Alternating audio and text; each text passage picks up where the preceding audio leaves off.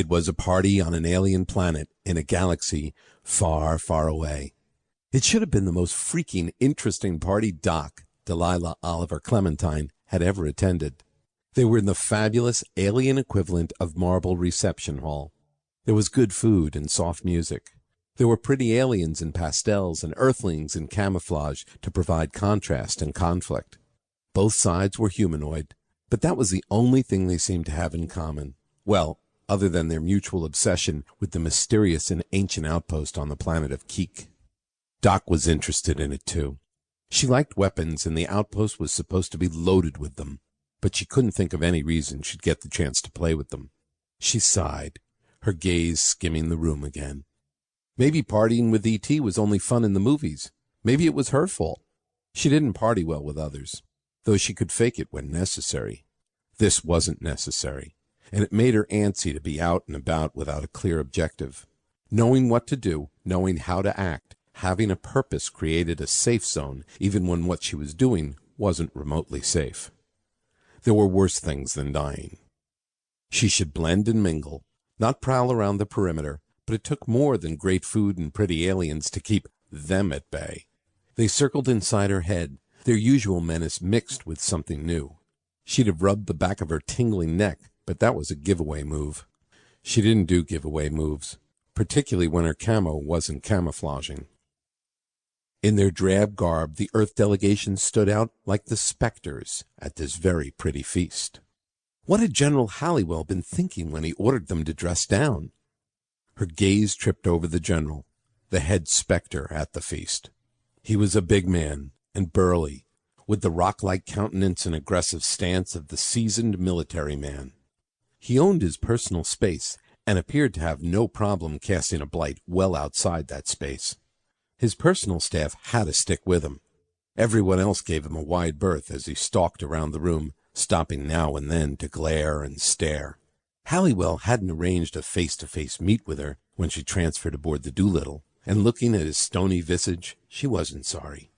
She bet there wasn't a diplomatic cell in his whole body. Doc wasn't a diplomat either, though she was attached to the diplomatic team on the Doolittle, courtesy of her oft-used or abused cover as a United Nations doctor. It said something about human nature that no one had thought to wonder why a UN doctor had been sent into space. It did explain why she'd ended up at the party. Porter Rockley, head of the diplomatic team, had tried to put as many diplomatic bodies as possible between the general and the Gadi. He'd have done better to go with a squad of well-armed Marines. This was the first time anyone on the expedition had been invited into Gadi homeworld orbit, let alone been dirtside there, and the general still looked pissed. Was that the Gadi leader he was glaring at?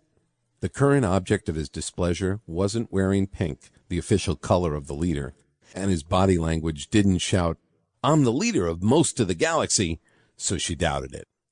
Though she'd heard Helfron Giddioni was skilled at projecting everything from goofball to menacing, and he'd given up wearing pink, at least around the Earth expedition. A good strategic move, but it was a pity. Doc liked pink, probably because it had been missing in her life. Her mum had been against anything that smacked of gender typing. Doc had gone a bit nuts over pink when she started buying her own underwear, and she might again, once she got back to Earth and she didn't have to be military regulation from skin out.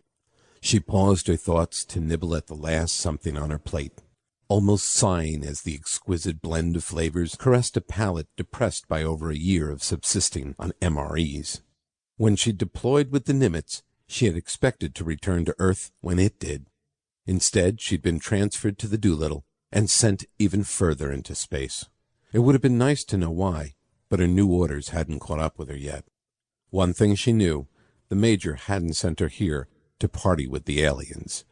She put her plate on a passing tray and then paused in front of a small orchestra, studying the instruments as well-bred elevator music filled any lulls in the muted conversations between the Gadi and the Earth expedition.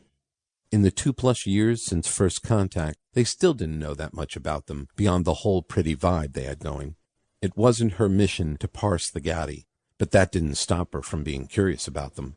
She tried to think of something that did stop her curiosity, and couldn't. Well, dying would.